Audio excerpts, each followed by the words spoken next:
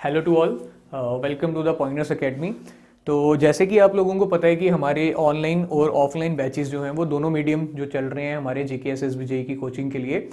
आज कुछ बच्चों का ये डाउट था कि किस तरीके से हमारा जो ऑनलाइन बैच है स्पेशली वो चलता है, ठीक है, क्योंकि आप लोग दूर बैठे हुए हैं, कोई पुंछ रह रहा है, कोई राजौरी रह रहा है, कोई श्रीनगर रह रहा है, तो उनको एक एग्जैक्ट आइडिया मिल नहीं पाता है कि किस तरीके से हम अपना जो कोर्स है वो कंटिन्यू कर रहे हैं ऑनलाइन को और किस तरीके से आप लोगों को हम पढ़ा रहे हैं। तो उसके लिए एक लेक्चर जो हमारा अभी लाइव ही चल रहा होगा, ठीक है, हम अपनी क्लास लाइव ही ले रहे हैं, वो किस तरीके से हम इंटरेक्ट कर रहे हैं स्टूडेंट्स के साथ, और ये one of the best method है जो हम यूज कर रहे हैं। आपको आज इस वीडियो के थ्रू जो है वो पूरा डाटा जो है वो मिल जाएगा, ठीक है। वीडियो के अंदर हम अपना जो सॉइल मैकेनिक्स है उसकी इंट्रोडक्शन के बारे में जो है हम बात कर रहे हैं आज के हमारे लेक्चर में। आप में से कोई भी अगर इस कोर्स को डेमो क्लासेस लेना चाहता है या इस कोर्स को ज्वाइन करना चाहता है, स्पेशली ऑनलाइन वन, तो हमारे डिस्क्रिप्शन के अंदर आपको जो लिंक है वो दे दिया जाएगा, ठीक है। आप हमारे डिस्क्रिप्शन, इसी वीडियो के नीचे डिस्क्रिप्शन के अंदर हमारी एप्लीकेशन के लिए आपको जो लिंक है वो मिल दिया जाएगा, भेज देंगे, तो उस लिंक से ज्वाइन करके आप हमारी ऐप डाउनलोड कर सकते हैं। और जो भी फर्दर आपको कोई भी डिटेल चाहिए तो हमारे नंबर्स पे भी कांटेक्ट करके आप वो पूछ सकते हैं। तो अब इस लाइव क्लास को जो हमारे दे रहे हैं हम, वो आप वॉच कर सकते हैं यूट्यूब पे। मॉर्निंग। तो लास्ट टाइम जैसे भी आपको पता है कि हमारे ऑनलाइन बैच में जो लास्ट सब्जेक्ट है वो खत्म हो गया हमारा RCC, ठीक है। आज जो था वो हमें थोड़ा सा नया लेक्चर जो है वो अपना शुरू करना था, दैट इज सॉइल इंजीनियरिंग। उसी के बारे में जो है हम बात करेंगे, ठीक है। तो आज सॉइल इंजीनियरिंग से जो शुरू कर रहे हैं हम, और जो भी नए स्टूडेंट्स आए हैं उनको भी यहीं से ही कंटिन्यू करना है आपके सॉइल इंजीनियरिंग से ही। तो सॉइल इंजीनियरिंग में आज बेसिकली आपको थोड़ा सा स्लाइड्स के थ्रू भी चलाएंगे। रीजन इतना सा है सिर्फ क्योंकि हमारा जो पहला चैप्टर है वो थोड़ा सा हमारा डिपेंडेंट है पिक्चर्स के ऊपर कि किस तरीके से आपकी सॉइल बन रही है और किस तरीके से उनकी फॉर्मेशन में कौन कौन सा प्रोसेस जो है वो चल रहा है, ठीक है। अब हम पढ़ने के वाले हैं और किस तरीके से पढ़ने वाले हैं तो पहले वो देख लेते हैं। दैट इज हमारा है सॉइल मैकेनिक्स, ठीक है। ये हमारा सब्जेक्ट है सॉइल मैकेनिक्स। अब सॉइल मैकेनिक्स की बात करूं तो ये बेसिकली 2-3 हेडिंग में जो है वो हमारा सब्जेक्ट बटा हुआ है। जैसे कि पहली हेडिंग की बात करूंगा तो आपकी सॉइल की प्रॉपर्टीज, उसके बाद आपके सॉइल की क्लासिफिकेशन, ठीक है, कौन कौन सी सॉइल होती है उसकी क्लासिफिकेशन और टाइप्स। फिर इसी में क्लासिफिकेशन के बाद आपका पॉइंट नंबर 3 आ जाएगा मिनरोलॉजी। ये अब आप चाहें तो इनको इंडिविजुअल सब्जेक्ट लेके भी चल सकते हैं और आप चाहें तो इनको एक सब्जेक्ट भी मान के चल सकते हैं कि जो फर्स्ट हेडिंग हमारी रहेगी वो ये रहेगी, ठीक है, दैट इज ये। सेकंड पोर्शन की बात करूं तो सेकंड जो हमारी हेडिंग है वो रहने वाली है आपकी परमिबिलिटी, ठीक है। परमिबिलिटी क्या होती है। सेकंड इसी के अंदर बात करूं तो आपके इफेक्टिव स्ट्रेस, ठीक है, इफेक्टिव स्ट्रेस क्या होते हैं, और इनसे मिलती जुलती जो भी आपकी चीजें हैं वो सारी की सारी इसके अंदर आएंगी, जैसे कि सीपेज। ये हो जाएगा हमारा चैप्टर नंबर 2, ठीक है, जो हम पढ़ेंगे। उसके बाद चैप्टर नंबर 3 की अगर हम बात करें तो थर्ड चैप्टर हमारा जो है वो रहता है कंपैक्शन। हमारी कंपैक्शन जो है वो क्या होती है। चैप्टर नंबर 2 इसी के अंदर कंसोलिडेशन, ठीक है, हमारी कंसोलिडेशन क्या होती है। ये कितने हो गए चैप्टर हमारे 3, first chapter, second chapter, third chapter. अब इसके बाद आप लोग बताओ फिफ्थ चैप्टर अब कौन सा होना चाहिए आपके अकॉर्डिंगली। फोर्थ चैप्टर हमारा कौन सा होना चाहिए। जब आप कंपैक्शन कंसोलिडेशन पढ़ लेते थे उसके बाद कौन से चैप्टर की बारी आती थी आपके शेयर स्ट्रेंथ। बिल्कुल सही, एक आपका आ जाएगा शेयर स्ट्रेंथ, और शेयर स्ट्रेंथ के बाद कौन सा आ जाएगा बेरिंग कैपेसिटी। ये हो जाएगा आपका बेरिंग कैपेसिटी, ये हो गया। तो ये कितनी हेडिंग होगी हमारी बेसिकली 4। हाँ, अर्थ प्रेशर थ्योरीज वो अलग से, वो अलग आएगा, ठीक है। ये हो गया चौथा चैप्टर। और 5वें चैप्टर की बात करोगे तो वो यहां पे आ जाएगा, दैट इज आपकी फाउंडेशन। उसके बाद आपकी प्रेशर थ्योरीज, और प्रेशर थ्योरीज के अलावा जो भी आपका XYZ टॉपिक होगा वो सारा का सारा इसके अंदर आएगा। ठीक है, अभी फिलहाल जो मैंने आपको बताया है ये सिर्फ एक मैंने अपने अकॉर्डिंगली या आप सॉइल मैकेनिक्स के अकॉर्डिंगली वो सब कुछ, स्टेबिलिटी ऑफ स्लोप्स भी इसी में, वो किसके थ्रू आता है, ये 5। अब जब हम पढ़ने पे आएंगे तो उस समय हम फिर इसको इंडिविजुअली जो है वो लेके चलेंगे कि कैसे कैसे आपकी सॉइल प्रॉपर्टीज आई, फिर टाइप्स आई, मिनरोलॉजी आई, परमिबिलिटी आई, फिर ये इंडिविजुअल जो आपके चैप्टर्स हैं वो बनेंगे। अब इस सब्जेक्ट को शुरू करने से पहले हम वेटेज की बात करते हैं कि ये सब्जेक्ट बेसिकली है कितने नंबर का। तो अगर मैं सिर्फ और सिर्फ बात करूं आपके करंट सिनेरियो की, मतलब आपके जेके एसएसबी जेई की जो 21 में हुआ, ठीक है, आपके एसएससी की जो लगभग हर 2 साल के इंटरवल में हो रहा है, और आपके एई की, ठीक है, या इवन की अगर आप बात कर लो यहां पे अपने गेट के एग्जाम की या आपके आईईएस के एग्जाम की, मैं हर एक पेपर की बात करूं तो ये एक ऐसा सब्जेक्ट है जो कंसिस्टेंट है। ठीक है, ये सर्वे की तरह नहीं है जो किसी पेपर में ज्यादा आ गया किसी में कम आ गया, या आपके रेलवे की तरह नहीं है कि कोई हिस्ट्री पूछ ली या कोई वैसा पॉइंट पूछ लिया। ये बिल्कुल कंसिस्टेंट सब्जेक्ट है। जेकेएसएसबी हर बार हर सेट के अंदर लगभग आपके 10 मार्क के ये क्वेश्चन जो है इसमें डाल रहे हैं। एसएससी वाले भी इसी पे ही आपके 7 to 8 मार्क्स यहां से आते हैं। एई की बात करो, जो इस बार आपका पेपर हुआ है एई की, अकेले आप उसकी भी बात करोगे तो उसके अंदर भी आपके लगभग 6 से लेके 8 नंबर के क्वेश्चन जो है यहां से देखे गए। ठीक है, और गेट की बात करोगे तो वो वहां पे भी 10 से 12 नंबर की जो वेटेज है वो आपके सॉइल की रहती है। इवन अभी जो करंट ईयर्स के पेपर हुए हैं वहां तक अगर चले जाओ तो 15 से 20 नंबर का भी आया हुआ है।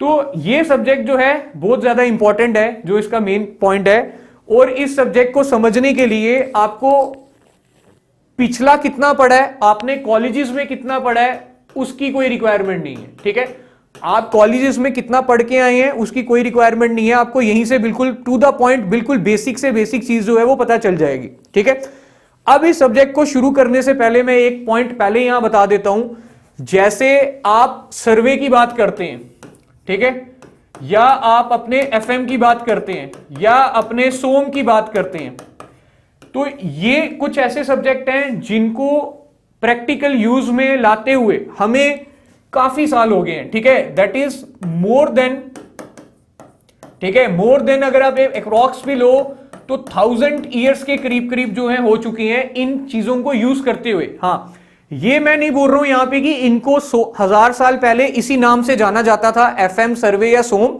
बट आपके किसी ना किसी कंसेप्ट को यूज किया गया होगा 1000 ईयर्स पहले भी। ठीक है, बट जो सॉइल है, क्या सॉइल का आप बता सकते हो ये सब्जेक्ट कब आया है, कितने टाइम पहले हम इस सब्जेक्ट के बारे में हमने पढ़ना शुरू कर दिया? क्या आप में से कोई ये बता सकता है कि इस सब्जेक्ट को हमने कितने साल पहले पढ़ना शुरू किया है? मतलब हमें पता चला कि सॉइल करके भी कोई एक टॉपिक है या सॉइल करके भी एक कोई सब्जेक्ट है। मैं डेट की बात नहीं कर रहा हूं, date is not a factor, date नहीं। जैसे आप सर्वे को यूज करते हो, सर्वे की बात करोगे तो आपने क्या बनाया थे, पिरामिड्स बनाए थे। ठीक है, एफएम की बात करते हो तो वहां पे आपको शिप्स बनानी थी, तो उसमें एफएम का कंसेप्ट यूज हुआ। सोम की बात करते हो तो किसी मटेरियल, कॉपर, आयरन में नाइफ बनाने हैं, चाकू बनाने हैं, तो उनकी स्ट्रेंथ कितनी होगी, आपको एक्स बनानी है, उसकी स्ट्रेंथ कितनी होगी, वहां पे यूज कर लिया। बट यहां पे जब सॉइल की बात होती है ना, तो ये सब्जेक्ट नियर अबाउट सिर्फ 150 ईयर्स पुराना है, सिर्फ और सिर्फ 150 ईयर्स ही पुराना है। इसके बारे में इतना कंसिस्टेंट आप बोल लो कि परफेक्ट डाटा जो है वो नहीं है, सिर्फ 150 ईयर्स हुए हैं इसको समझते हुए। ठीक है, आप बोलोगे कि 150 ईयर्स भी बहुत होते हैं, तो नहीं होते हैं। देखो, आपको डिग्री किए 4 साल हो गए हैं, बट फिर भी आप खुद सोचो कोचिंग की जरूरत पड़ेगी, पूरा आप समझना पड़ गया। और ये तो अभी 150 ईयर्स एक पर्टिकुलर टॉपिक की बात कर रहे हो, तो ये बिल्कुल एक कम पीरियड ऑफ टाइम है किसी सब्जेक्ट को अच्छे से समझने के लिए।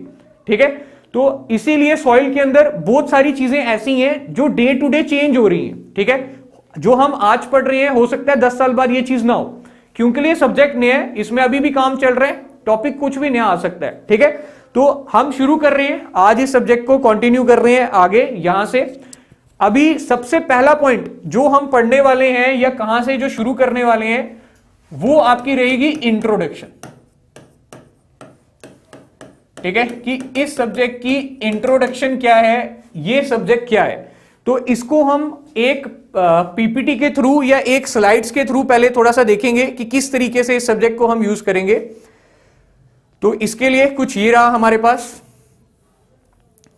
ठीक है, ये रहा, ठीक है। तो यहां से थोड़ा सा आपको दिक्कत आएगी पढ़ने में, बट जहां जहां पे पॉइंट लगेगा मुझे आपको बताना चाहिए, या आपको लगेगा कि आपको नई पॉइंट पता चला तो वो आप एक बार प्लीज मेरे से पूछना, ठीक है। सिर्फ इंट्रोडक्टरी पार्ट है, होता क्या है कि ये थोड़ा थ्योरेटिकल है, तो आपको पिक्चर से ज्यादा अच्छे से समझ आएगा, इसलिए मैंने इसको इस फॉर्म में रखा है, ठीक है। तो सबसे पहला पॉइंट यही है कि इस सब्जेक्ट को पहले खुल के एक्सप्लेन किसने किया था, ठीक है, किस बंदे ने इस सब्जेक्ट को अच्छे से बताया था कि सॉइल होता क्या है। तो वो कौन आ जाएगा आपका, कार्ल तरज़ागी, ठीक है, दैट इज डॉक्टर कार्ल तरज़ागी। इन्होंने ही सबसे पहले इस सब्जेक्ट को खुल के बताया था। किस बुक में बताया था, तो उनकी जो बुक आई थी दैट इज आपकी अर्थ बायोमैकेनिक्स। इस बुक में उन्होंने इस सब्जेक्ट के बारे में जो है पूरा बताया था, और ये बुक पब्लिश कब हुई थी, तो वो हम बोल सकते हैं दैट इज इन 1925। ये बुक पब्लिश कब हुई थी, तो 1925। फिर इसके बाद आपसे यहां पे वर्ड लिखा गया है कि ये जो सॉइल है ये कहां से डिराइव हुआ है, तो एक वर्ड हो गया जैसे आपका सोलियम, जिसका मतलब होता है कि अपर लेयर ऑफ अर्थ, ठीक है, कि जो अपर लेयर ऑफ अर्थ है उससे ये वर्ड जो है ये डोनेट हो गया कि दैट इज आपकी सॉइल। आप इसमें एक क्वेश्चन और ऐड कर सकते हैं, ठीक है, या एक क्वेश्चन आप लोग मुझे बताना अपने नेक्स्ट लेक्चर में कि ये जो सॉइल है इसकी कितनी डेप्थ जो होती है वो एक इंजीनियर के काम की है। अब आप अगर जियोलॉजी पढ़ रहे होते तो उस समय तो आप पूरा अर्थ की क्रस्ट, मेंटल और कोर के बारे में पढ़ते, ठीक है, बट आप क्या पढ़ रहे हो, इंजीनियरिंग पढ़ रहे हो, आपको तो सिर्फ उससे फर्क पड़ता है जो स्ट्रक्चर आपको बनाने हैं। तो किस डेप्थ तक जो है आपके सॉइल का डाटा आपको चाहिए, 10 to 15 तो बिल्कुल सही है साकिब, बट इसके यूनिट क्या हो जाएंगे, 10 to 15 क्या, ठीक है। ये पॉइंट आप लोग मुझे बताओगे कि किस डेप्थ तक एक इंजीनियर को ये डाटा जो है वो चाहिए, ठीक है।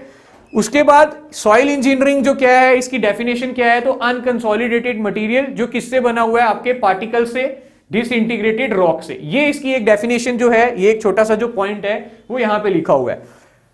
अब मैं इसको लेके चल रहा हूं यहां पे अपनी इस शीट पे कि सॉइल है क्या, ठीक है। हम बात कर रहे हैं यहां पे सॉइल है क्या, और उसके बाद हम जो पढ़ने वाले हैं कि सॉइल मैकेनिक्स है क्या। तो अगर मैं आपसे पूछूं सॉइल मैकेनिक्स क्या है, तो आप सिंपल लैंग्वेज में लिख सकते हैं that is branch of science which deals with, किसके साथ डील कर रही है, तो that is flow of water from the soil, from the soil, ठीक है। एक तो जब आप पानी निकालो सॉइल में से उसका क्या कंसिडरेशन है, और साथ ही साथ एक तो flow of water from the soil and its effect, ठीक है। अब यहां से अगर ये पॉइंट ना समझ आए तो हम इसको यहां से देख सकते हैं, ठीक है। अगर ये वाला पॉइंट यहां से ना पता चले तो हम यहां देख सकते हैं कि ये अगर मैं बोल रहा हूं सॉइल के पार्टिकल्स हैं, एक पार्टिकल हम ये ले रहे हैं बड़े बड़े साइज के, ठीक है, और एक पार्टिकल हम कंसीडर कर रहे हैं यहां पे ये छोटे साइज के,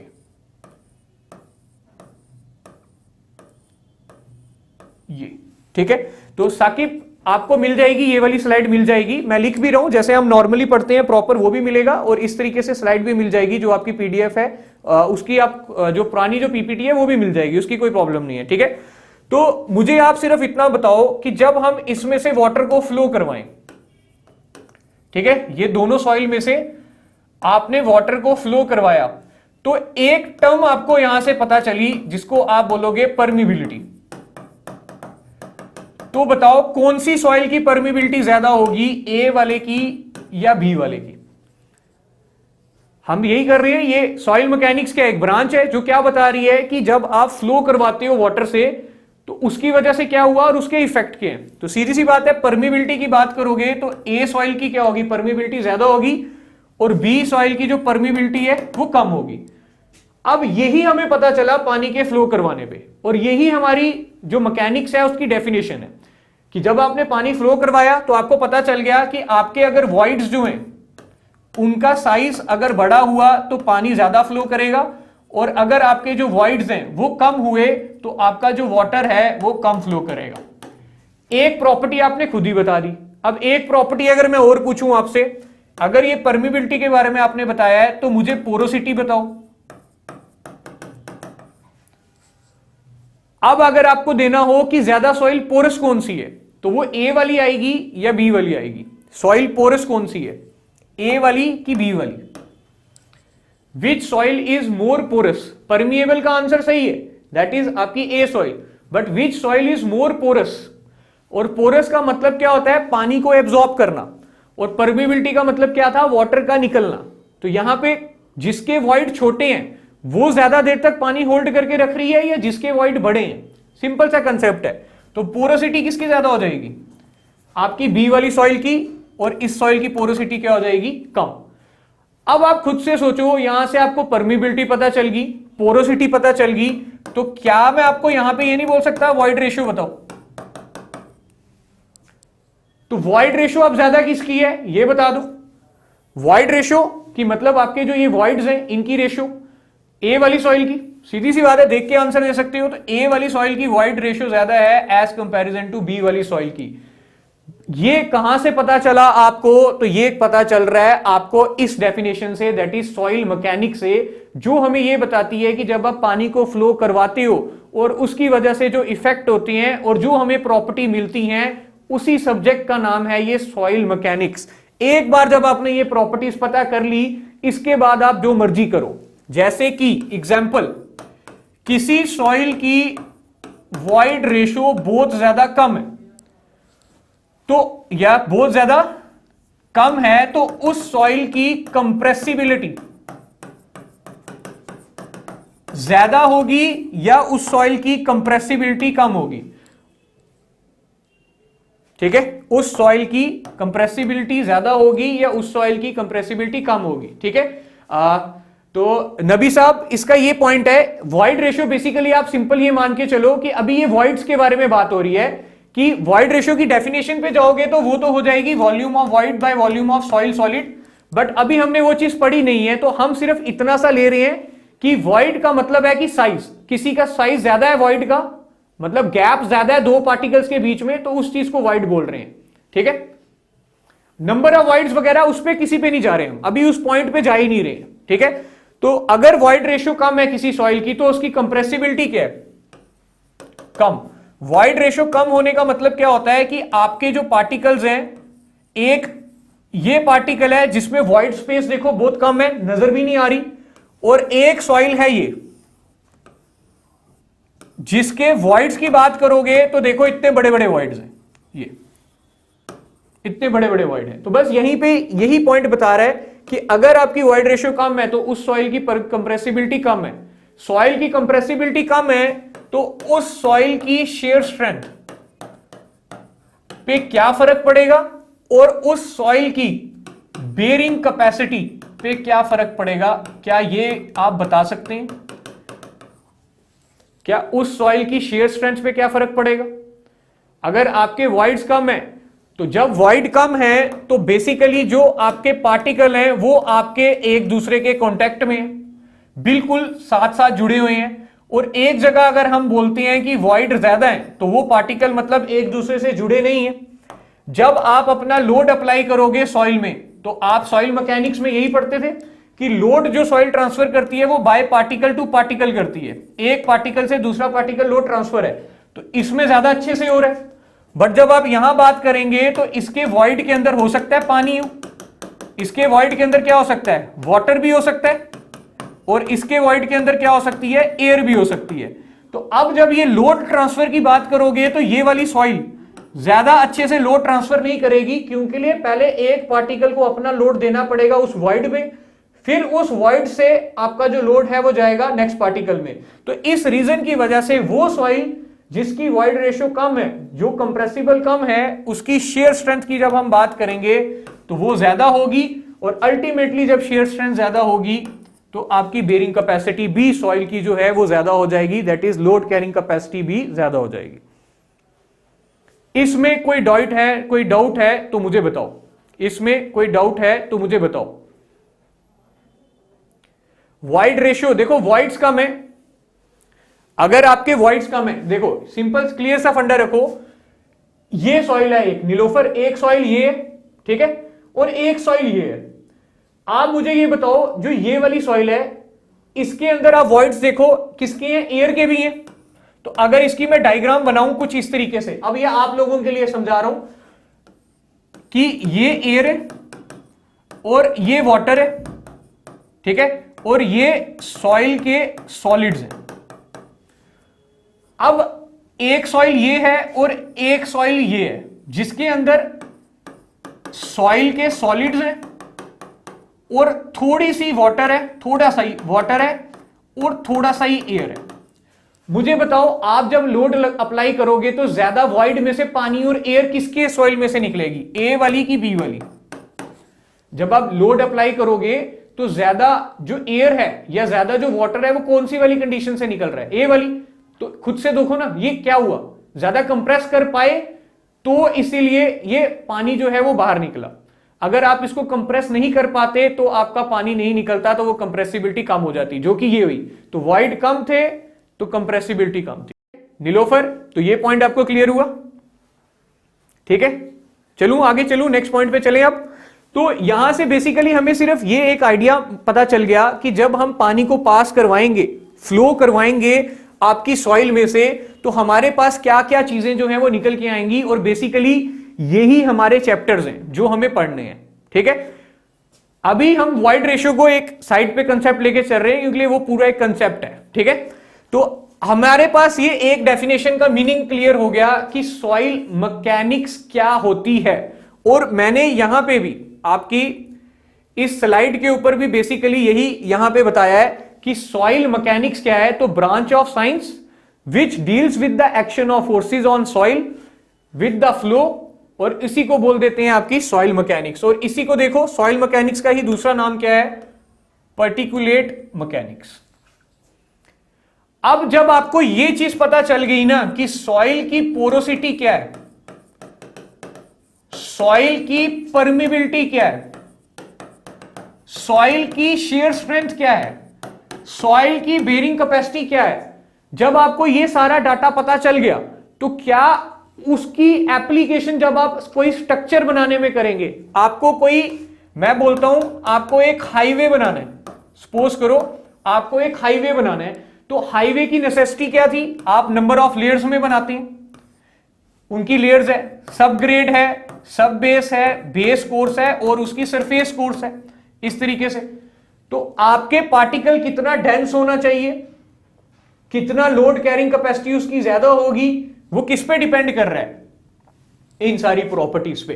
तो देखो आपकी जो प्रॉपर्टीज हैं जो आपने सॉइल मैकेनिक्स में पढ़ी, उन प्रॉपर्टीज की एप्लीकेशन जब आप कोई स्ट्रक्चर बनाने में लगाते हैं, कोई काम कर रहे हैं, कोई बिल्डिंग बना रहे हो, कोई डैम बना रहे हो, कोई ब्रिज बना रहे हो, उसमें जब आप उसकी एप्लीकेशन अप्लाई करते हो तो वो आपका टॉपिक बन जाता है soil engineering. That is an applied science dealing with the application of principle of soil mechanics to the practical problem. इसको बोलते हैं सॉइल इंजीनियरिंग। तो सॉइल मैकेनिक्स हो गया प्रॉपर्टी को फाइंड आउट करना, एक्शन ऑफ फोर्सेस को फाइंड आउट करना, फ्लो ऑफ वाटर का चेक करना, और उनकी एप्लीकेशन जब आप किसी स्ट्रक्चर बनाने में लगाते हो तो वो आपकी हो जाती है सॉइल इंजीनियरिंग। तो मुझे ये बताओ कि आप लोगों को सॉइल मैकेनिक्स और सॉइल इंजीनियरिंग का जो फर्क है वो पता चल गया कि व्हाट इज सॉइल इंजीनियरिंग और सॉइल मैकेनिक्स। ये चीज क्लियर है कि सॉइल मैकेनिक्स क्या है और सॉइल इंजीनियरिंग क्या है, ठीक है। अब इसको पूरा डिटेल में खत्म करने के लिए कि आपने इंजीनियरिंग में सॉइल मैकेनिक्स का क्या किया, तो वो यहां पे देखो, फाउंडेशन बनाते थे, कॉलेज में फाउंडेशन बनाते थे। तो मुझे ये बताओ, जो आप फाउंडेशन बनाओगे, ये मेरा क्वेश्चन है आपसे, जो आप फाउंडेशन बनाओगे ये हाईली कंप्रेसिबल सॉइल में बनाओगे, वो सॉइल जो हाईली कंप्रेसिबल है, या वो सॉइल जो आपकी लो कंप्रेसिबल है? आप कौन सी सॉइल के लिए फाउंडेशन बनाओगे? सिंपल सा कंसेप्ट है। किसके लिए बनाओगे फाउंडेशन? लो के लिए। ये कैसे पता चला आपको? क्योंकि आपने प्रॉपर्टीज निकाली थी, उनकी एप्लीकेशन आप ये कर रहे हो। ये होगी पहली एप्लीकेशन, ठीक है। ये एग्जांपल्स हैं, सारी एग्जांपल्स हैं। दूसरी एग्जांपल में आ जाओ, रिटेनिंग वॉल। अब रिटेनिंग वॉल क्या करती है आपको, तो आपको पता है, हमने कॉलेज में ये चीज क्या पढ़ते थे कि आपकी ये है एक हिल, ठीक है। आपने इसको काट के यहां पे एक बनाई रोड, एक अपना जो हाईवे है वो डिजाइन किया। जब आपने ये रोड बनाई तो इसमें फेलियर हो सकता है आपकी रोड का, या तो ये सॉइल नीचे चली जाए, खिसक जाए, जिसको लैंडस्लाइड बोलती हैं, या तो ये हिल की जो स्लोप है ये नीचे की तरफ आ जाए, जिसको हम लैंडस्लाइड बोल रहे हैं। तो इसके बचने के लिए हम लोगों ने क्या कर दिया, यहां पे कुछ ऐसे स्ट्रक्चर बनाए जिनको आप लोग क्या बोलते हो, रिटेनिंग वॉल और आपकी चेक वॉल्स। तो ये रही आपकी एप्लीकेशन। अब सॉइल कौन सी खिसकेगी, कौन सी सॉइल जो है जिसमें आपके लैंडस्लाइड के चांस हैं, एक सिंपल सा मैं यहां पे एक वर्ड लिखता हूं, वो सॉइल जिसकी शेयर स्ट्रेंथ कम है, या वो सॉइल जिसकी शेयर स्ट्रेंथ ज्यादा है। कौन सी सॉइल के फेलियर के चांस हैं यहां पे, कौन सी सॉइल के हो जाएंगे, आपके शेयर स्ट्रेंथ के। तो ये होगी हमारी सेकंड एग्जांपल, ठीक है। आपको बस इस सब्जेक्ट को इसी तरीके से पूरा कंसेप्ट बना के चलना है। फिर ये देखो, थर्ड आपकी एग्जांपल देखो। थर्ड एग्जांपल में क्या है, आप अपना कोई हाईवे बना रहे थे, उस हाईवे के लिए दो कंडीशन होती हैं, आप दो तरीके से हाईवे बना सकते हो। एक तो जो आपकी नेचुरल ग्राउंड सरफेस है उसमें फिलिंग कर करके आपने सब ग्रेड बनाया, सब ग्रेड बनाया, सब बेस बनाया, बेस कोर्स बनाया, और अपना सरफेस कोर्स जो है बनाया। इस तरीके से बनाते थे। एक तो फिलिंग करके बना सकते हो, दूसरा जो आपकी नेचुरल ग्राउंड सरफेस थी उसकी कटिंग कर दो, इस तरीके से कटिंग करके बना लो, इस तरीके से बनाते थे। अब सपोज करो आप फिलिंग करके बना रहे हो, मतलब आप एम्बैकमेंट में बना रहे हो, तो आपकी जो वॉइड रेशियो है, एग्जांपल दे रहा हूं ये सारी की सारी, कम होनी चाहिए कि ज्यादा होनी चाहिए, वाइड रेशियो कम होनी चाहिए कि हाई होनी चाहिए। अगर आपको एम्बैकमेंट भर के बनानी है, जितने वॉइड कम होंगे उतना पानी कम पास होगा, उतनी सॉइल कम कंप्रेसिबल है, उतनी ज्यादा शेयर स्ट्रेंथ है। ये पॉइंट आ गया। वैसे ही फिलिंग में करते हो तो यहां पे भी जो ये वाली एक्सकेवेशन वाली जो आपकी सॉइल है उसमें भी इस चीज का ध्यान रखना है। ये होगी आपकी एग्जांपल, थर्ड एग्जांपल, ठीक है। फिर उसके बाद आप अपने कोई अंडरग्राउंड स्ट्रक्चर बना रहे हो, पाइपें बिछा रहे हो, टनल बना रहे हो। एक पहाड़ है, मैं फिर से एक एग्जांपल है, एक पहाड़ है और वो पहाड़ में दो किस्म की सॉइल जो है वो पाई जाती हैं। एक आपकी क्ले, ठीक है, वो पहाड़ में क्ले है, और एक सॉइल है जिसके अंदर आपके ग्रेवल्स और सैंड है। ये दो किस्म की आपकी सॉइल्स हैं। तो मुझे ये बताओ कि आप जो ये टनल बनाने वाले हो ये कौन सी सॉइल के लिए बनाओगे, इस ए वाली के लिए या इस बी वाली के लिए? आप कौन सी वाली कंडीशन के लिए टनल बनाओगे, ए वाली के लिए कि बी वाली के लिए? बिल्कुल थोड़ा सा सोच समझ के। इनमें से दोनों में से ज्यादा की स्ट्रेंथ, मतलब ज्यादा स्ट्रेंथ कौन देने वाला है? ये बी वाला। क्यों? क्योंकि लिए जब आपकी इंटरलॉकिंग की बात होगी, जब आपके इंटरलॉकिंग की बात होगी तो कोर्स ग्रेन सॉइल, मतलब आपके कोर्स ग्रेन सॉइल के साथ ज्यादा अच्छे से इंटरलॉक होती है, ज्यादा अच्छे से इंटरलॉक होती है। इनकी जो फ्रिक्शन रेजिस्टेंस होता है वो बहुत ज्यादा होता है, और साथ ही साथ सैंड भी है। बट अगर आप सिर्फ क्ले पार्टिकल्स के बात करते हो तो वो सिर्फ किसकी वजह से जुड़े होते हैं आपस में? कोहिजन की वजह से। उनका जो इतना बॉन्ड है वो स्ट्रांग नहीं होगा जितना आपके सैंड और ग्रेवल्स का होगा, ठीक है। तो ये प्रॉपर्टीज हमें कहां से पता चल रही हैं? ये हमें फ्लो ऑफ वाटर से पता चल रही हैं। अभी void ratio, Ajay void ratio भी आएगा जब हम पढ़ेंगे, हम उन चीजों पे भी बात करेंगे कि वॉइड रेशियो कब ज्यादा है कब कम है। अभी हम सिर्फ एप्लीकेशन देख रहे हैं, एक जस्ट एग्जांपल्स जो हैं वो चला रहे हैं, ठीक है। फिर आपके पास आती है पेमेंट का डिजाइन, जो हम बात कर चुके हैं, ठीक है, ऑलरेडी मैं बात कर चुका हूं। वैसे ही आप अपना जो अर्थन डैम है वो बना सकते हैं, इसके बारे में भी बात हो चुकी है। और यही आपकी जो कुछ एग्जांपल्स हैं जो हमारी बनेंगी, ठीक है। अब इसके बाद हमारा पॉइंट आता है कि सॉइल मैकेनिक्स क्या है, पता चल गया। सॉइल इंजीनियरिंग क्या है, ये भी पता चल गया। अब हमें ये देखना है कि ये जो सारी बातें हैं ये हमें गिवन का है, ठीक है। तो हम जो पढ़ेंगे इसका मतलब सबसे पहले कहां से शुरू कर रहे हैं, सॉइल मैकेनिक्स। और ये सॉइल मैकेनिक्स के बारे में जिसने हमें बताया था वो कौन हो जाएगा, दैट इज आपके कार्ल कर्जागी।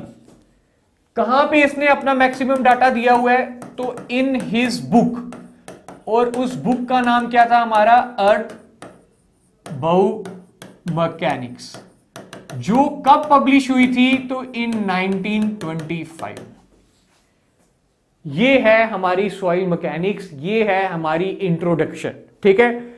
इस सॉइल में इस सब्जेक्ट को जितना भी आप अच्छे से देखेंगे, जितना भी आप अच्छे से समझेंगे, जो भी आपके डाउट्स हैं वो टाइम टू टाइम आते जाएंगे और टाइम टू टाइम आप क्लियर भी उसको करेंगे, तभी ये सब्जेक्ट आपको अच्छे से बैठेगा। और ये एक ऐसा सब्जेक्ट है जिसमें आप पूरे स्कोर कर सकते हो, ठीक है। अगर मैं 21 के पेपर की बात करूं, 21 का जो जेई का जेकेएसएसबी का पेपर हुआ है, इसके अंदर कोई भी ऐसा क्वेश्चन नहीं था जो आप सॉल्व नहीं कर सकते हो, ठीक है। मतलब जैसे रेलवे का था, हिस्ट्री पूछी हुई थी तो वो एक क्वेश्चन आप छोड़ सकते हो, बट सॉइल के अंदर ऐसे क्वेश्चन थे जो अगर आपने कंसेप्चुअल पढ़ा हुआ है, बिल्कुल अच्छे से पढ़ा हुआ है, तो एक भी क्वेश्चन ऐसा नहीं है जो आप सॉल्व नहीं कर पाओगे, ठीक है।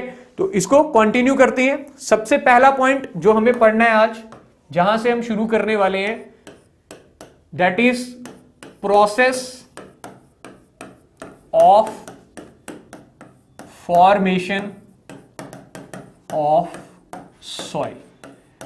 क्या आप में से कोई मुझे यह बता सकता है जिस प्रोसेस से आपकी ये सॉइल बनती है उसको क्या बोलते हैं, ठीक है। सब कुछ आएगा मुकुल, बिल्कुल आएगा, कोड भी आएगा, सब कुछ आएगा, आप चिंता मत करो, यहीं पे रुको। जिस प्रोसेस से आपकी जो सॉइल बनती है उसको क्या बोलते हैं,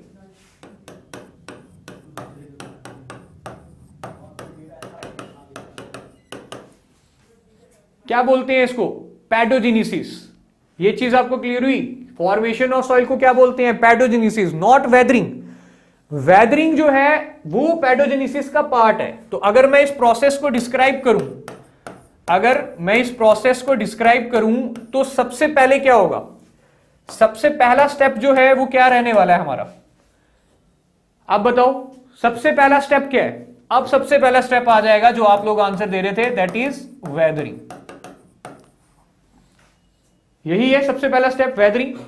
वेदरिंग के बाद सेकंड स्टेप, वेदरिंग का मतलब क्या है कि ये आपका पहले कोई माउंटेन थी, ये आपकी कोई माउंटेन थी, आपकी सपोज विंड चली, हाई स्पीड में आपकी विंड चली, उस विंड ने क्या किया कि इन पार्टिकल्स को तोड़ती गई, आपके पहाड़ को तोड़ती गई, और वो पार्टिकल्स उड़ के क्या होते गए, ट्रांसपोर्ट। तो ये जो सेकंड स्टेप है हमारा वो कौन सा हो जाएगा, बिल्कुल सही, ट्रांसपोर्टेशन। आपके सॉइल की transportation from one place to another, ठीक है।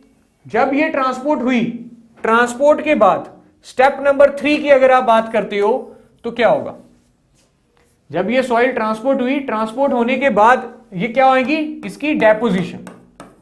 मतलब सॉइल के पार्टिकल्स थोड़ा सा डिस्टेंस ट्रेवल करने के बाद एक जगह आके सेटल होने लग जाएंगे। ये पार्टिकल्स जो आपके निकले हैं ये एक जगह आके सेटल होने लग जाएंगे। तो वो पार्टिकल सपोज करो यहां पे आके इकट्ठा होने लग गए, ये पार्टिकल्स इकट्ठे हुए, और जब एक बार आपके पार्टिकल्स इकट्ठे हो गए, दैट इज आपका पॉइंट नंबर 3 जब खत्म हुआ, तो एक टाइम ऐसा आएगा कि जो पार्टिकल्स आपके गिरे हैं वो इतने ज्यादा हाई अमाउंट में आ जाएंगे कि फिर से आपके एक पहाड़ की जो शक्ल है वो ले लेंगे, जिसको हम फोर्थ स्टेप बोलेंगे, दैट इज आपका अपहीवल। ये आप मुझे बता सकते हैं कि अपहीवल के बाद क्या होगा, अपहीवल के बाद क्या होगा, ठीक है। हाँ आहान बोलो, एक ही वर्ड है, वेदरिंग इरोजन एक ही होता है। वेदरिंग इरोजन एक ही चीज है। इस टॉपिक के लिए weathering erosion is same thing.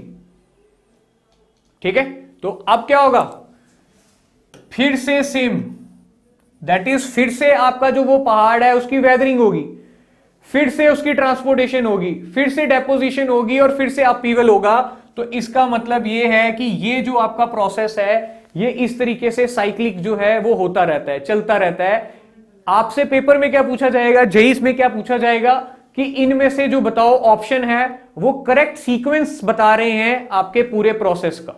तो क्या होगा, सबसे पहले क्या होगी, वेदरिंग। वेदरिंग का मतलब कुछ नहीं है डिसइंटीग्रेशन ऑफ रॉक, अभी बताऊंगा यहां पे आगे, वेट करो, सिर्फ वेट करो। डिसइंटीग्रेशन ऑफ रॉक्स, ठीक है। वेदरिंग के बाद ट्रांसपोर्टेशन, ट्रांसपोर्टेशन के बाद डेपोजिशन और डेपोजिशन के बाद आपकी क्या हो जाएगी, अपहीवल। ठीक है, अब इसको लेके चलते हैं अपने जैसे हम पढ़ रहे थे उस तरीके से।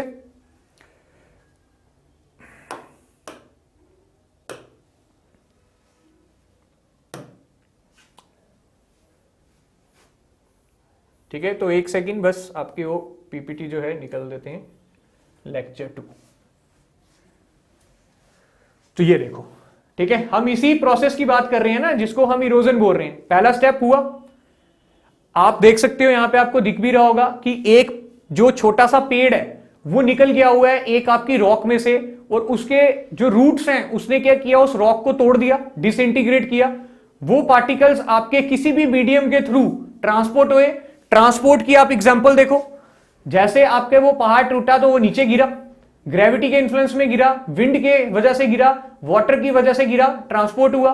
ट्रांसपोर्ट होने के वजह वो छोटे छोटे पार्टिकल्स इकट्ठे होने लगे, डेपोजिशन हुई, और एक टाइम ऐसा आया कि वो फिर से पहाड़ बनने लग जाएंगे छोटे, जिसको हम बोल देते हैं अपहीवल। यही है आपके पूरे का पूरा प्रोसेस सॉइल के बनने का।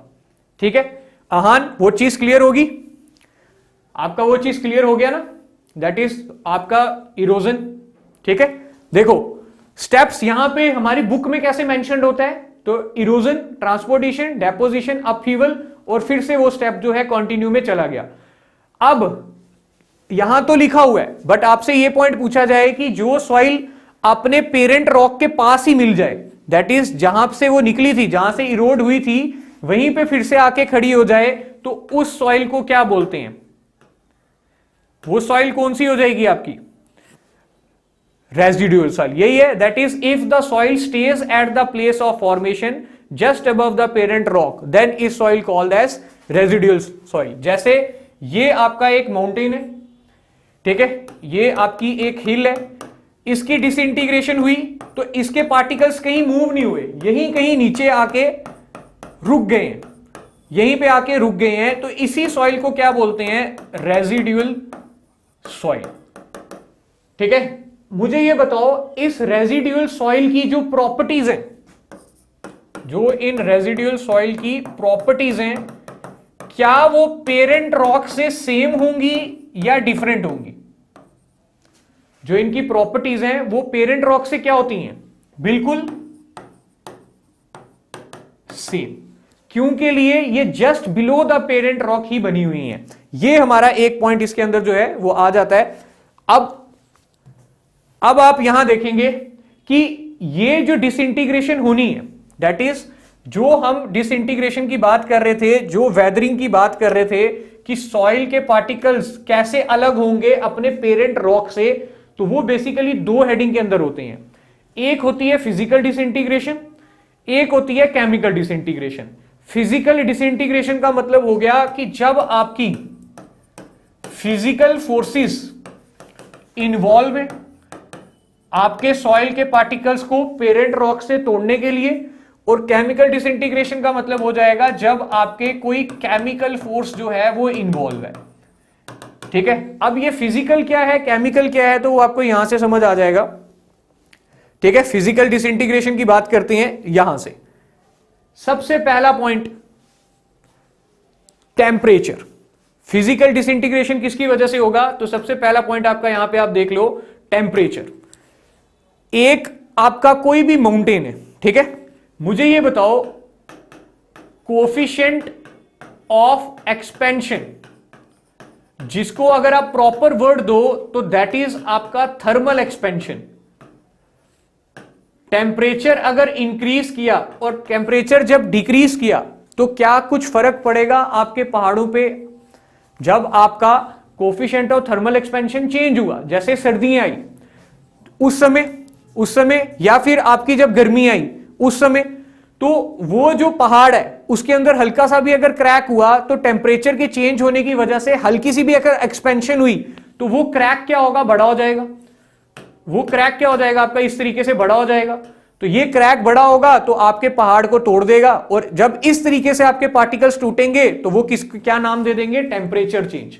उसी को क्या बोल देते हैं? Physical disintegration of soil.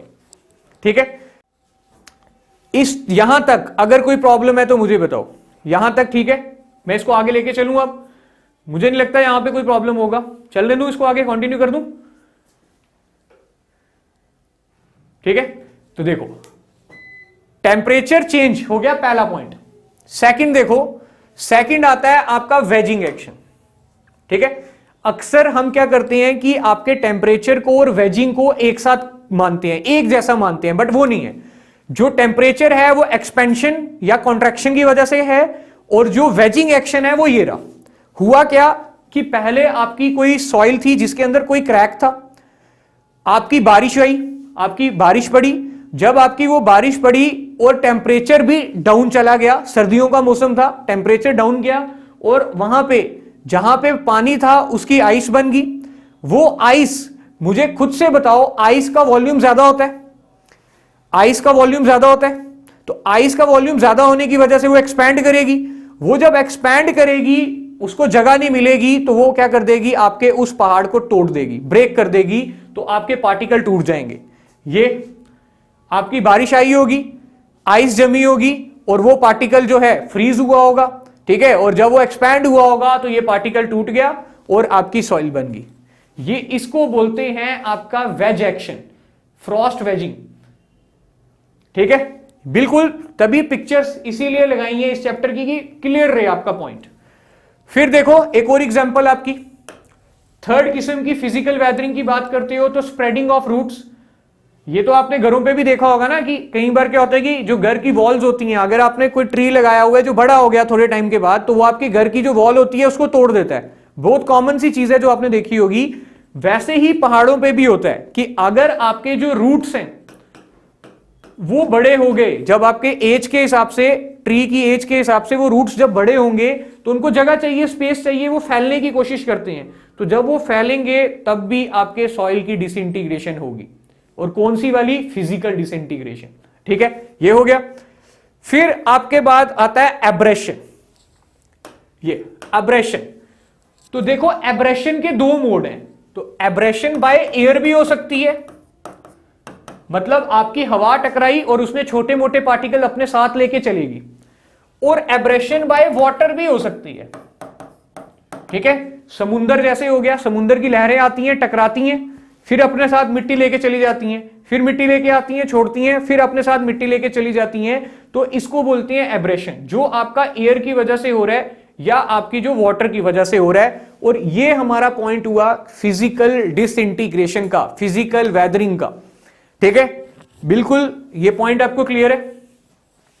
ठीक है, हाँ, एब्रेशन मैक्सिमम डेजर्ट में नहीं, ऐसा नहीं बोलेंगे डेजर्ट में होती है, वो टोटली अलग फिनोमेना है। जैसे आजकल बोलोगे तो डेजर्ट में होती है, करंट सिचुएशन के हिसाब से, क्लाइमेट चेंज की वजह से। जैसे आप करंट न्यूज में सुन रहे होगे, अगर कोई न्यूज पढ़ता है तो जो आपके राजस्थान के पहाड़ हैं, ठीक है, आपको पता है जो राजस्थान है वो दो एरिया में डिवाइडेड है, वेस्ट और ईस्ट।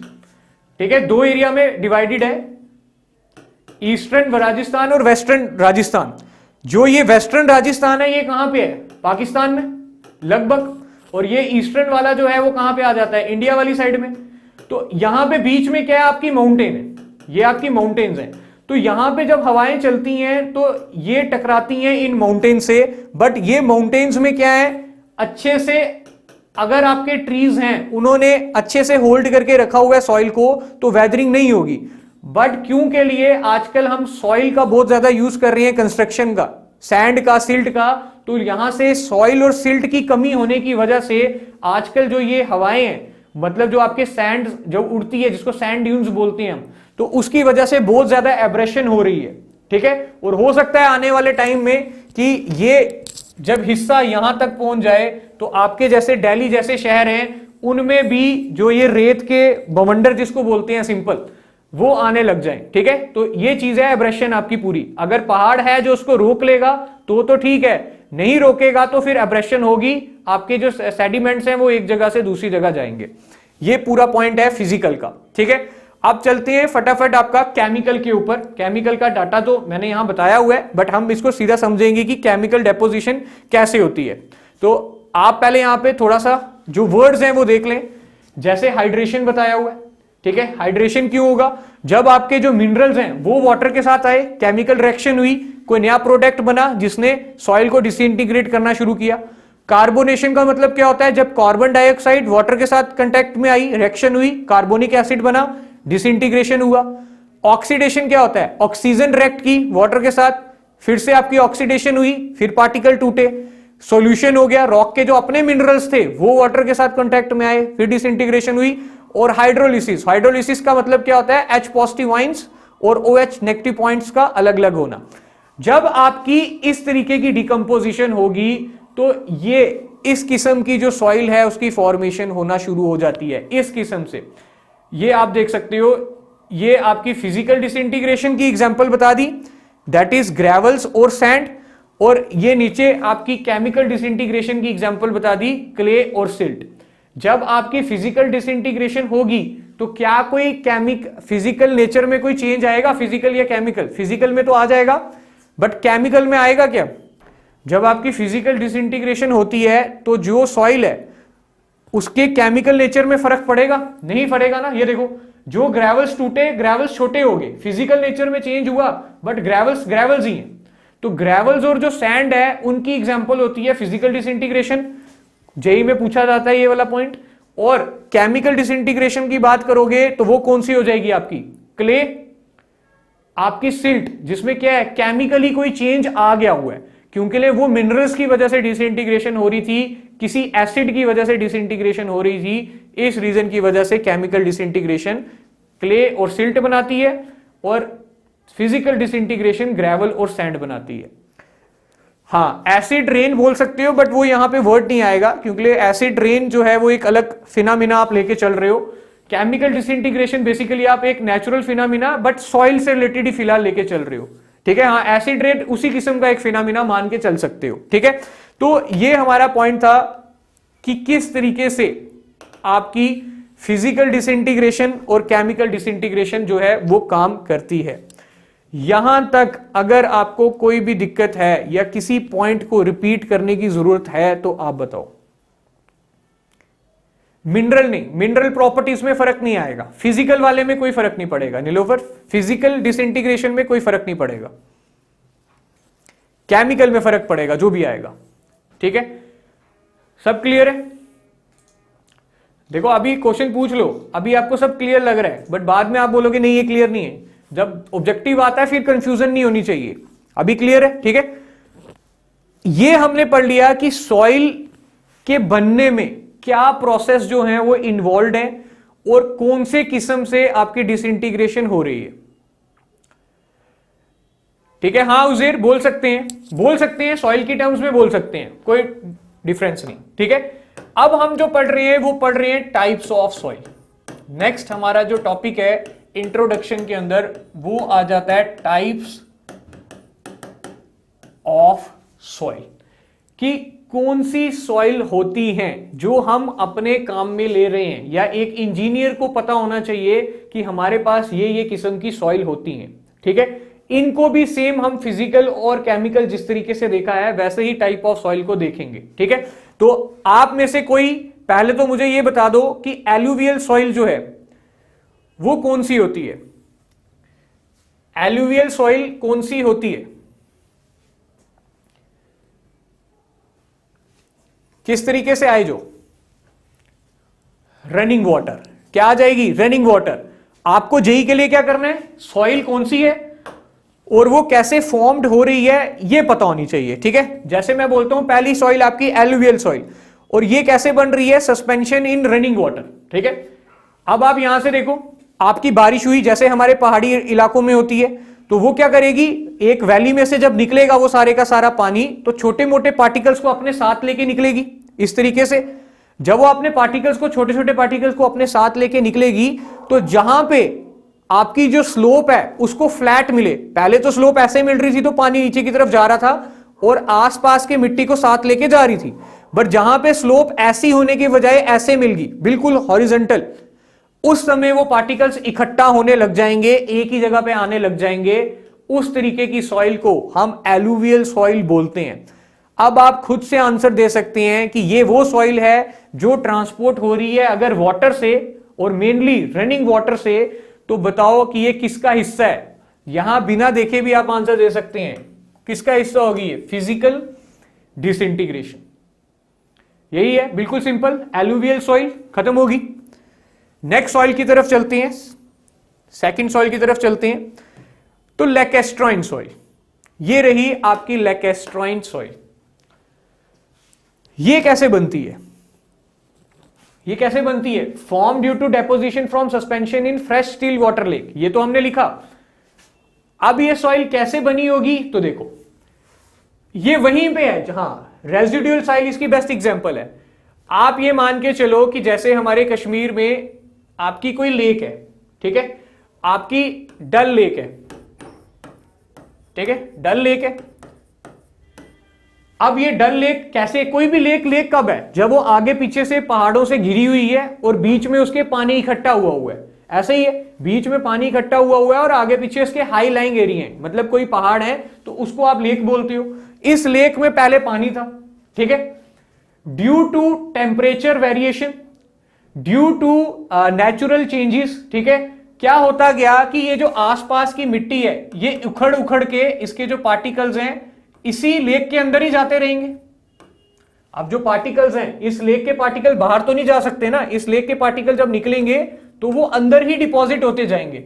और साथ ही साथ due to temperature change, due to global warming या किसी और रीजन की वजह से आपका जो वाटर है वो टोटली डिप्लीट हो जाएगा, खत्म हो जाएगा। जैसे कि डल लेक में आप सुन भी रहे हो, तो एक टाइम ऐसा बचेगा कि ये सिर्फ और सिर्फ आपकी जो रेजिडुअल सॉइल है वो मिलेगी, और इसी रेजिडुअल सॉइल को ही हम बोलते हैं आपकी लैकेस्ट्रॉइन सॉइल। मतलब वो सॉइल जो आपके फ्रेश वाटर लेक में बन रही है और वो एक रेजिडुअल सॉइल की एग्जांपल है, उसी को बोल देते हैं लैकेस्ट्रॉइन सॉइल।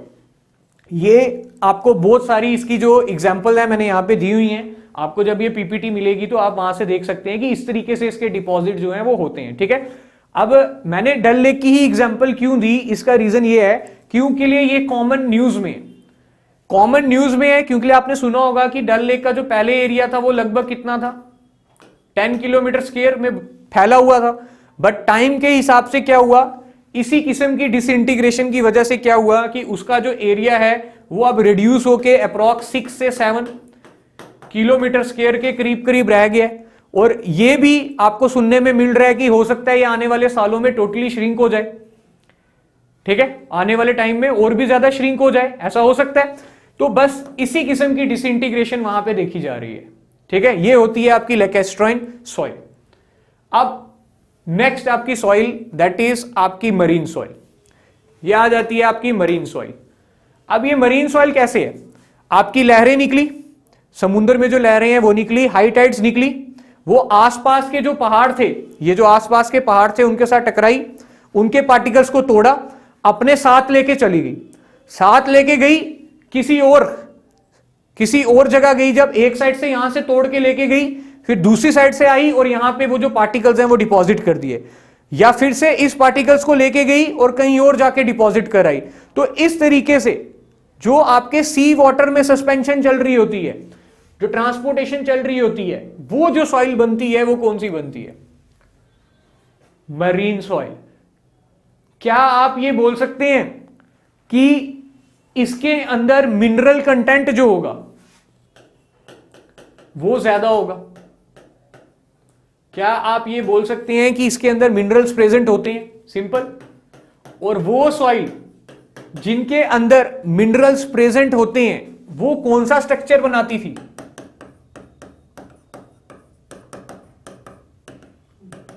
फ्लॉकुएटेड स्ट्रक्चर। ठीक है, तो ये भी हम पढ़ेंगे जब हम स्ट्रक्चर्स की बात कर रहे होंगे, बट अभी के लिए इतना सफिशिएंट है कि मरीन सॉइल कौन सी है, तो जो सस्पेंशन इन सी वाटर बन रही है। ये हो गया पॉइंट। अब इसके बाद आता है नेक्स्ट पॉइंट हमारे लिए, दैट इज एलोलाइन। एलोलाइन कौन सी सॉइल है? एक आपकी एलोलाइन होती है और एक आपकी इसी के साथ आती है लॉइस। ठीक है, दोनों की दोनों जो सॉइल है वो ट्रांसपोर्ट मीडियम जो उनका है वो कौन सा है, तो वो है विंड। बट जब आपके बड़े पार्टिकल, जब आपके हैवी पार्टिकल जो हैं वो ट्रांसपोर्ट हों, एग्जाम्पल आपकी सैंड, तो उस सॉइल को क्या बोला जाता है? एलोलाइन। और जब आपके लाइट पार्टिकल्स, जब आपके लाइट पार्टिकल्स जैसे कि आपकी होगी सिल्ट, इसकी ट्रांसपोर्टेशन हो तो उसको क्या बोला जाता है? आपकी लॉइस। ये पॉइंट है दोनों के बीच में। तो जो एलोलाइन सॉइल है उसकी एग्जांपल क्या होगी? सैंड ड्यून्स, जो आपने कॉमनली सुने होंगे। और आपकी जो लॉइस है उसकी जो एग्जांपल है वो कौन सी होगी? ये सिल्ट। तो इस तरीके से जिनको आप लेमैन लैंग्वेज में अगर बोलते हो तो टीले बोलते हो, टीले। ठीक है, टीले सुना होगा आपने वर्ड की, टीले हैं उस जगह पे, टीले के पहाड़ है। तो वो ये चीज है कि वो थोड़े थोड़े से पहाड़ की कटिंग होती गई और इस तरीके के जो स्ट्रक्चर हैं वो वहां पे बनते गए। ऐसी सॉइल के डिपॉजिट को बोलते हैं लॉइस सॉइल। और ये जो लॉइस सॉइल है इसका जो साइज है वो कितना होता है? तो 0.01 mm से 0.05 mm। दूसरी चीज, इस सॉइल में थोड़ा सा सीमेंटिस प्रॉपर्टीज होती हैं, जिसकी वजह से जब आप इसमें थोड़ा सा वाटर ऐड करते हैं तो ये सॉफ्ट हो जाती है। जब आप सॉफ्ट हो जाएगी तो जब आप कंप्रेस करोगे तो इजीली कंप्रेस हो जाएगी। तो मतलब सिल्ट के अंदर हल्का सा सीमेंट जैसी जो प्रॉपर्टी है वो होती है, मतलब इस वाली लॉइस के लिए। और जब आप हल्का सा उसको कंप्रेस करते हो तो वो क्या होती जाएंगी? दब जाएंगी। ठीक है, और उसके बाद आपकी जो कंप्रेसिबिलिटी है वो भी बढ़ जाएगी। और इसी चीज को बोलते हैं, इसी सॉइल को बोलते हैं लॉइस सॉइल। इसकी जो एक खासियत आपको याद रखनी है कि इसकी जो वर्टिकल डायरेक्शन में परमिबिलिटी है वो ज्यादा होती है। आप दो डायरेक्शन में परमिबिलिटी पढ़ते थे, एक हॉरिजेंटल परमिबिलिटी, ठीक है, और एक वर्टिकल परमिबिलिटी। तो इस सॉइल की जो वर्टिकल परमिबिलिटी होती है वो ज्यादा होती है। नहीं, देखो लॉइस सॉइल में मॉन्ट मोरिनोलाइट मिनरल की प्रेजेंस नहीं होती है। ठीक है, लॉइस सॉइल में मॉन्ट मोरिनोलाइट मिनरल की प्रेजेंस नहीं होती है। इसमें सिर्फ और सिर्फ आपके हल्का सा सीमेंटस प्रॉपर्टीज होती हैं, हल्का सा सीमेंट वगैरह प्रेजेंट होता है, या सीमेंट बोल सकते हो या कैल्शियम कंपाउंड्स बोल सकते हो। ठीक है, हाँ, कैल्शियम कंपाउंड जो है वो प्रेजेंट होता है। ठीक है, मुकुल अगर आप बात करेंगे कि ले में कौन सी सॉइल होती है, तो आप ले की पर्टिकुलरली अगर उसका टैरन देखो तो उसमें ग्लेशियल भी आएगी कुछ एरिया में। ठीक है, मतलब जो ले का टैरन है वो इस तरीके से है कि अकेली ये राजस्थान वाली जो कंडीशन है वो जनरेट नहीं हो रही है, क्योंकि वहां पे ग्लेशियर नहीं है। बट हमारे ले का जो टैरन है वहां पे ग्लेशियर भी है और कुछ कुछ रिवर भी है। शोक रिवर, ये तो बड़ी बेस्ट एग्जांपल आप सुनते हो, शोक रिवर। तो अलग अलग किस्म की सॉइल बन रही है ड्यू टू, अगर आप ग्लेशियल बोलते हो तो ग्लेशियल सॉइल है जिसको आप टिल बोलते हो। ठीक है, अगर आप एलुवियल की बात करोगे तो वो शोक रिवर आ जाएगी। और हल्की हुल्की सैंड की हो सकती है, बट नहीं है, ना के बराबर है। थोड़ा बहुत एरिया हो सकता है बट ना के बराबर, क्योंकि वहां पे जो डिपॉजिट है वो थोड़े स्ट्रांग है, मतलब सिल्ट और सैंड की तरह नहीं है, थोड़े से स्ट्रांग डिपॉजिट है। ठीक है, ये हो गया आपका लॉइस। फिर आपकी आ गई कैलुवियल, ये होगी आपकी कैलुवियल सॉइल। अब कोई भी सॉइल का हिस्सा जो थोड़ा सा पहले से ही बाहर निकला हुआ था, रूट्स की वजह से डिसइंटीग्रेट हो चुका था, थोड़ा सा बाहर आ चुका था, ग्रेविटी के इन्फ्लुएंस में आया, वो पार्टिकल नीचे गिर गए। ठीक है, पहले से वो रूट्स की वजह से डिसइंटीग्रेट हो चुका था, डिसइंटीग्रेट होने पे हल्का सा ग्रेविटी के इन्फ्लुएंस में आया और वो पूरे का पूरा पहाड़ जो है स्लाइड हो गया, नीचे की तरफ आ गया। उस तरीके के डिपॉजिट को आप कैलुवियल या आपकी जो टैलेस सॉइल है वो कहते हैं। ठीक है, सिंपल है ये। उसके बाद आती है आपकी ग्लेशियल सॉइल। ठीक है, आपकी ग्लेशियल सॉइल। ठीक है, हाँ बोलो आहन।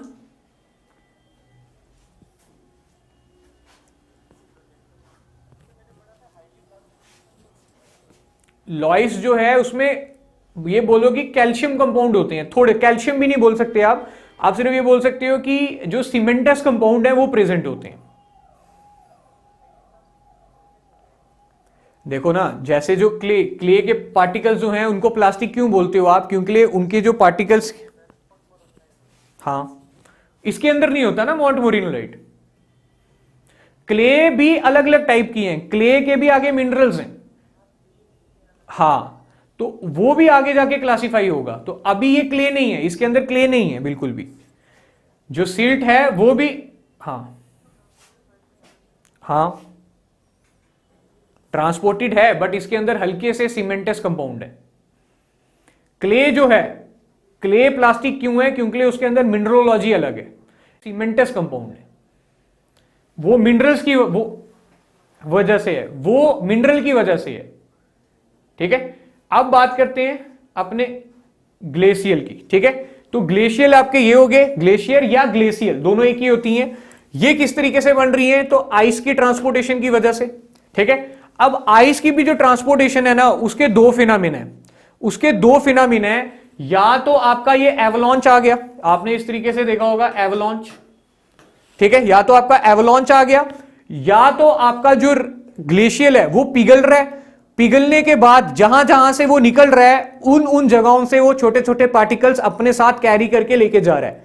इस तरीके से दो किस्म से ट्रांसपोर्टेशन हो सकती है। एक तो एवलॉन्च आ गया, वो पूरे का पूरा पहाड़ नीचे गिरा, नीचे कोई मिट्टी थी उसके साथ टकराया और अपने साथ मिट्टी लेके नीचे चला गया। या वो ग्लेशियल पिघल रहा है, पिघलने की वजह से उसने छोटे छोटे रिवर बना लिए और वहां से वो लेके निकल रहा है। अब ड्रिफ्ट जो है उसका मतलब क्या होता है कि जो आपकी सॉइल बन रही है ग्लेशियर एक्शन से, चाहे डायरेक्टली या इनडायरेक्टली, पर वो डिपॉजिट जो मेल्टिंग ऑफ ग्लेशियर से बनते हैं, मतलब जो इस वाले रीजन की वजह से बन रहे हैं, पिघलने की वजह से जो सॉइल आपकी ट्रांसपोर्ट हो रही है वाटर के थ्रू, उसको बोला जाता है टिल। वो हो जाते हैं आपके टिल, और बाकी जो है उसको जनरली क्या बोल देते हैं? आपके ड्रिफ्ट। ठीक है, आप टिल और ड्रिफ्ट में कंफ्यूजन मत रखना, सिंपल टिल को याद रखना कि जर्नली टिल का मतलब यही होता है कि जो वाटर के थ्रू आपके ट्रांसपोर्ट होके जा रही है, बट ग्लेशियल की वजह से। ठीक है एलुवियल की तरह काम कर रही है, बट ग्लेशियल के एक्शन के बाद। ये इसका पॉइंट है आपके ग्लेशियल सॉइल का। ठीक है, फिर आपके आगे आती है नेक्स्ट सॉइल, माल। तो इसमें माल सॉइल अब कौन सी हो जाती है? तो माल वो सॉइल है जो कैल्शियम कार्बोनेटेड है, मरीन ओरिजिन है, और किसके डिकम्पोजिशन से हो रही है? एनिमल्स, बोन्स और एक्वेटिक लाइफ। ठीक है, आप ऐसे लेके चल सकती हैं जैसे कोई समुद्र के आसपास एरिया है, ठीक है, वहां पे आपके एनिमल्स की बोन्स, जो एक्वेटिक प्लांट्स हैं उनके रिमेन्स, वो डिकम्पोज हुए। डिकम्पोज होने के बाद जो आसपास, समुद्र के आसपास जो मिट्टी इकट्ठी हो गई, उसी को बोलते हैं माल सॉइल। और इसके अंदर क्या होता है? Calcium carbonate. ठीक है, उस सॉइल को बोल देते हैं आप अपनी माल सॉइल। हाँ, both plants and animals remains, दोनों आ जाएंगे, प्लांट्स एंड एनिमल्स दोनों के रिमेन्स। बेंटोनाइट, तो बेंटोनाइट आपका किसके थ्रू बन रही है? Volcanic eruption. आपका वॉल्केनो इरप्ट हुआ, उसमें से जो फाइन पार्टिकल्स थे वो निकले, और वो जो फाइन पार्टिकल्स हैं वो कहीं अगर आगे पीछे जाके डिपॉजिट हुए, और उन फाइन पार्टिकल्स के जो डिपॉजिट हैं उनको बोला जाता है बेंटोनाइट सॉइल। और यही वर्ड यहां पे लिखा है कि ये वो सॉइल है जो केमिकली वेदर्ड वॉल्केनिक ऐश से बनी है। और खुद से सोचो, इसके पार्टिकल्स ज्यादा फाइन होंगे या नहीं? इसके जो पार्टिकल्स हैं वो क्या होंगे? फाइन होंगे, बहुत ज्यादा छोटे छोटे छोटे छोटे पार्टिकल्स होंगे। तो इसीलिए इसको कहां यूज किया जाता है? ड्रिलिंग ऑपरेशंस में। जहां पे आप ड्रिल कर रहे होते हो तो वहां पे जो लुब्रिकेंट का काम करेगी वो ये ऐश जो है वो काम करती है। पेपर में कई बार ऑब्जेक्टिव पूछ लिया जाता है जेईई में कि ड्रिलिंग ऑपरेशन में जो लुब्रिकेंट जो है वो कौन सी सॉइल काम करती है? बेंटोनाइट। बिल्कुल सही, ड्रिलिंग मड, पाइल फाउंडेशन, ये सारी चीजें।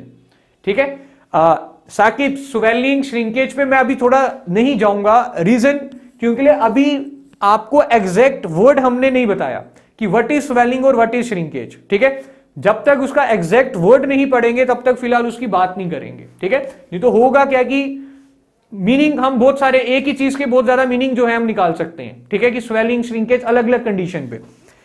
तो बेंटोनाइट के बाद आती है आपकी ब्लैक सॉइल।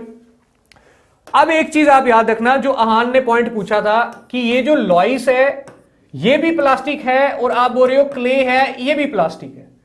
तो जो लॉइस है बेसिकली ये प्लास्टिक क्यों है, क्योंकि इसमें कुछ ना कुछ सीमेंटस प्रॉपर्टीज है। और ये जो क्ले है ये प्लास्टिक क्यों है, क्योंकि इसमें जो मिनरल्स हैं वो उस किस्म के हैं। ये दोनों के बीच में डिफरेंस है। अब ये जो मिनरल्स हैं आपको भी पता है जनरली 3 किस्म की होती हैं, कैलोनाइट, इलाइट और हमारा मॉन्ट मोरिनोलाइट। जो ये मॉन्ट मोरिनोलाइट मिनरल होता है इसकी जो प्रॉपर्टी है वो ये होती है कि ये सबसे ज्यादा एब्जॉर्ब करेगी पानी। मतलब ये वो मिनरल है जिसका जो बॉन्ड है, ठीक है, जिसका जो बॉन्ड है वो इतना ज्यादा लूज है कि इसकी जो एब्जॉर्प्शन है वो बहुत ज्यादा है। ठीक है, आपको भी पता है मॉन्ट मोरिनोलाइट कौन से बॉन्ड से बना होगा, वाटर बॉन्ड से। तो वो सॉइल, वो क्ले, वो सॉइल या वो क्ले जिसके अंदर जो परसेंटेज ऑफ मिनरल है वो सबसे ज्यादा मॉन्ट मोरिनोलाइट का है, उस सॉइल को बोलते हैं ब्लैक कॉटन सॉइल। अब इस सॉइल का नाम ब्लैक कॉटन क्यों पड़ा, क्योंकि लिए कॉटन को ज्यादा पानी चाहिए होता है। ठीक है, वहां पे जो स्वेलिंग कैरेक्टरिस्टिक्स हैं वो ज्यादा चाहिए होती हैं, तो इसीलिए उस सॉइल का नाम ब्लैक कॉटन रख दिया, क्योंकि इसको हम कॉटन को उगाने के लिए यूज करते हैं। कलर इसका थोड़ा सा डार्क होता है, इस रीजन की वजह से ब्लैक कॉटन सॉइल, ये चीज है। हाँ, बसॉल्ट रॉक, बिल्कुल बसॉल्ट रॉक की इसकी एग्जांपल है, that is formed from basalt rock. ठीक है, ये हो गया ब्लैक कॉटन सॉइल। फिर आती है हमारी लैटरेट। अब लैटरेट क्या होती है तो उसको समझना, आप ये मानो कि ये आपका कोई हिली एरिया है और ये उसका पहाड़ है। ठीक है, अब हिली एरिया में क्या होता है, अक्सर आपकी जो बारिश है वो होती है, रेनफॉल होती रहती है। तो आपकी ये जो सॉइल है ये बनी कैसे है, तो ये आपके सॉइल के पार्टिकल्स हैं और इन सॉइल के पार्टिकल्स के बीच में मिनरल्स हैं। ठीक है, ये आपके वॉइड्स के अंदर क्या होंगे, मिनरल्स प्रेजेंट होंगे। तो जब आपकी हैवी रेनफॉल हुई, ज्यादा बारिश हुई, तो वो जो रेन है वो क्या करेगी, इन वॉइड्स में घुसेगी, मतलब जो वाटर है वो इन वॉइड्स में जाएगा और इन पार्टिकल्स को पुश करेगा और इन पार्टिकल्स को बाहर निकाल देगा। ये पार्टिकल्स जो हैं ये आपके बाहर आ जाएंगे। इसको क्या बोलते हैं, लीचिंग। इसको क्या बोलते हैं, लीचिंग। और यही डेफिनेशन यहां पे लिखी है, that is it is formed due to leaching. और लीचिंग का मतलब क्या होता है, तो washing out of chemical compounds. कौन से एरिया में होगी, हिली एरिया जिसका एक ह्यूमिड क्लाइमेट है, ऐसी सॉइल को बोला जाता है लैटरेट सॉइल। ठीक है, क्लियर है। अब नेक्स्ट पॉइंट, इसके बाद बात करते हैं हमारा मक सॉइल। ठीक है, तो मक सॉइल कौन सी हो जाएगी आपकी, वो सॉइल जिसमें इनऑर्गेनिक सॉइल और ब्लैक डिकम्पोज्ड ऑर्गेनिक मैटर है। और ब्लैक डिकम्पोज्ड ऑर्गेनिक मैटर किसी का भी हो सकता है। ठीक है, चाहे वो ह्यूमन वेस्ट का बोल रहे हो, चाहे प्लांट वेस्ट बोल रहे हो, कोई भी वेस्ट हो सकता है आपके ऑर्गेनिक मैटर के अंदर। उस सॉइल को बोलते हैं मक सॉइल। ठीक है, जनरली कहां यूज की जाती है, आपके खेती बाड़ी करने के लिए, एग्रीकल्चर के अंदर। और ये सॉइल क्या होती है, हल्की सी बोल सकते हो, इसमें जो वाटर कंटेंट है वो थोड़ा सा ज्यादा होता है, मॉइस्चर कंटेंट क्या होता है, ज्यादा होता है। उस सॉइल को बोलते हैं मक सॉइल। ठीक है, मक सॉइल के बाद आपकी आती है पीट। पीट और मक में फर्क क्या है, तो मक जो थी उसके अंदर क्या था कि जो डिकम्पोज्ड मैटर है वो किसी का भी है, बट जो पीट सॉइल है इसके अंदर जो आप डिकम्पोजिशन करा रहे हो या जो ऑर्गेनिक मैटर प्रेजेंट होगा वो सिर्फ किसका प्रेजेंट होगा, वेजिटेबल का। ठीक है, जैसे करते भी हैं, नॉर्मली करते भी हैं घरों में, जैसे आपके कुछ फ्रूट्स हैं, ठीक है, कुछ वेजिटेबल्स हैं, उनके जो पील्स होते हैं, जो उनके छिलके होते हैं, उनको आप कलेक्ट करते रहो। कलेक्ट करने के बाद उनकी डिकम्पोजिशन करवाओ। तो डिकम्पोजिशन करने के बाद जो आपकी सॉइल आपको मिलेगी उसी सॉइल को बोलते हैं पीट। तो मक के अंदर कोई भी हो सकता है, बट पीट के अंदर सिर्फ वेजिटेबल्स, मतलब आपके फ्रूट और वेजिटेबल का मैटर ही होगा। बिल्कुल फाइबर ज्यादा होते हैं इसके अंदर, कंप्रेसिबिलिटी ज्यादा होगी क्योंकि है ही ऑर्गेनिक मैटर है, ये चीज होगी। फिर आपकी आती है लूम। वो सॉइल नहीं सनत, फीड के अंदर इनऑर्गेनिक नहीं होगा, हाईली ऑर्गेनिक। थोड़ा बहुत हो सकता है but highly organic, organic content ही ज्यादा होगा। ठीक है, फिर आती है आपकी लोम। और लोम एक ऐसी सॉइल है जिसके अंदर आपके तीनों की तीनों परसेंटेज जो है वो प्रेजेंट हो। तीनों की तीनों मींस आपकी सैंड, आपकी सिल्ट और आपकी क्ले। जब आपकी ये तीनों चीजें प्रेजेंट होती हैं उस सॉइल को बोलते हैं आपकी लोम सॉइल। अभी क्यूमुलोस भी आएगा समीर, खाली क्यूमुलोस भी आएगा बट टाइम पे आएगा। ये आपके अकॉर्डिंगली मैं नहीं चला सकता।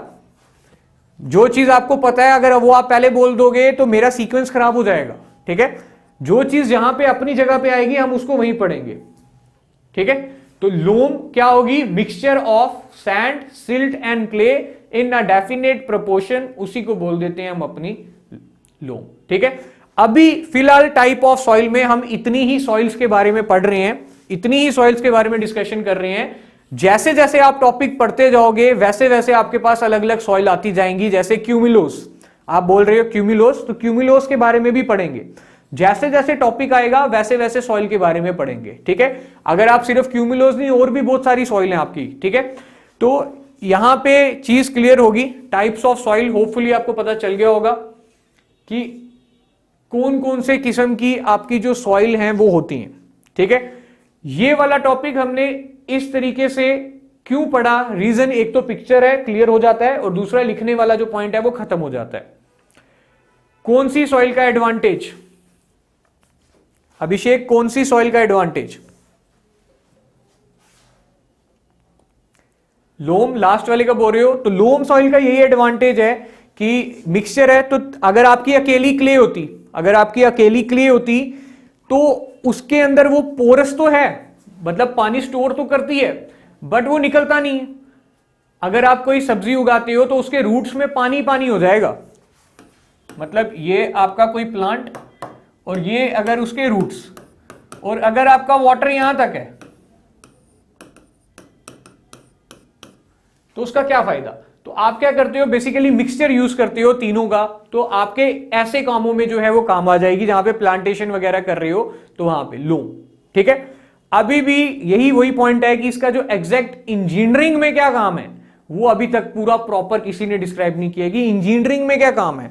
ऐसे उल्टे सीधे काम इसके क्या है, उल्टे सीधे यूज क्या है वो पता है, बट इंजीनियरिंग के अंदर इसका पर्टिकुलर जो काम है वो नहीं है कोई भी अभी तक फिलहाल, ठीक है। तो ये था आपके टाइप ऑफ सॉइल और ये आपका था इंट्रोडक्शन का पूरा पॉइंट, ठीक है। तो आज इसको मैं सिर्फ इंट्रोडक्टरी था तो सिर्फ इतना ही रख रहा हूं सिर्फ आज। कल जो है वो इसके आगे जो है वो प्रॉपर शुरू करेंगे, ठीक है, कि कैसे कैसे आपकी कौन कौन सी सॉइल जो है वो कौन कौन सी वॉइड रेशियो, क्या क्या चीजें जो है वो बनती है। शेप ऑफ ग्लेशियल सॉइल क्या होती है? आप वेल ग्रेडेड बोलोगे या कोर्स ग्रेडेड? शेप तो मैं नहीं बता सकता, शेप तो मैं नहीं बता सकता, बट आपको मैं ये बता सकता हूं कि वेल ग्रेडेड होगी कि पुअरली ग्रेडेड होगी, वो आपको यही बता देंगे। तो बताओ, अगर कोई सॉइल आपकी बाय ग्लेशियल एक्शन बन रही है तो वो वेल ग्रेडेड होगी या पुअरली ग्रेडेड होगी? कौन सी सॉइल होगी? आप खुद से सोच के बताओ। अगर आपकी कोई पार्टिकल बार बार टकरा टकरा के पहुंच रहे हैं from parent to their destination, वो सॉइल कौन सी होगी? वेल ग्रेडेड, ठीक है। शेप के बारे में नहीं बोल सकते समीर, शेप कुछ भी हो सकती है, ये बोल सकते हैं वेल ग्रेडेड है कि पुअरली ग्रेडेड है, ठीक है। तो इतना हम रख रहे हैं, कल फिर इसके आगे जो है वो कंटिन्यू करेंगे अपने नेक्स्ट लेक्चर में, ठीक है। ये चीज क्लियर है? सर्कुलर नहीं बोलोगे ना यार,